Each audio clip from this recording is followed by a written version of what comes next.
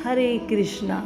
एक बार एक व्यक्ति था जो बांके बिहारी जी का अनन्य भक्त था और बांके बिहारी के दर्शनों के लिए समय समय पर वृंदावन आता जाता रहता था।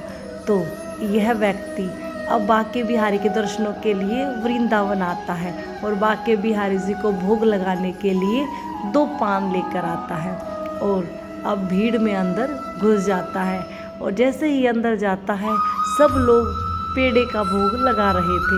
तो इस व्यक्ति ने बांके बिहारी जी को पान का भोग लगाया और कहा कि बांके बिहारी जी, एक पान आप खुद खा लेना और एक पान मुझे दे देना, मुझे भी भोग लगाना है।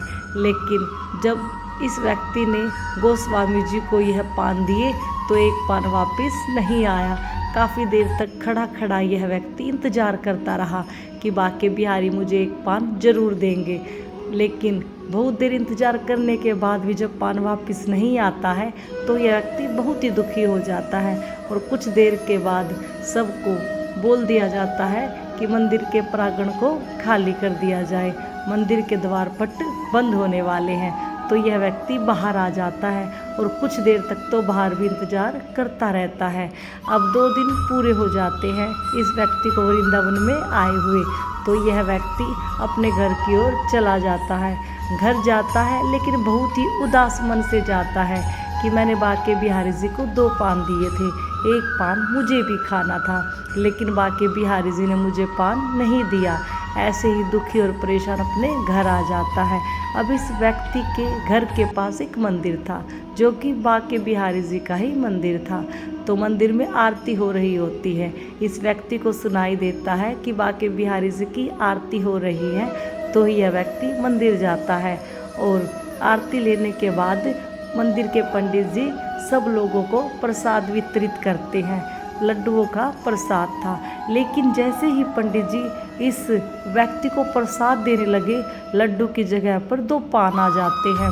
अब यह सब देखकर पंडित जी हैरान हो जाते हैं कि लड्डुओं की थाली में पान कहाँ से आ गए।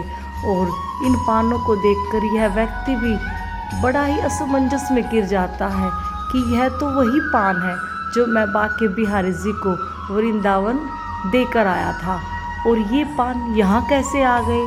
तो अब यह देखकर इस व्यक्ति की आंखों में पानी आ जाता है और पंडित जी पूछते हैं कि मेरी थाली में तो पान थे ही नहीं, ये पान कहाँ से आए।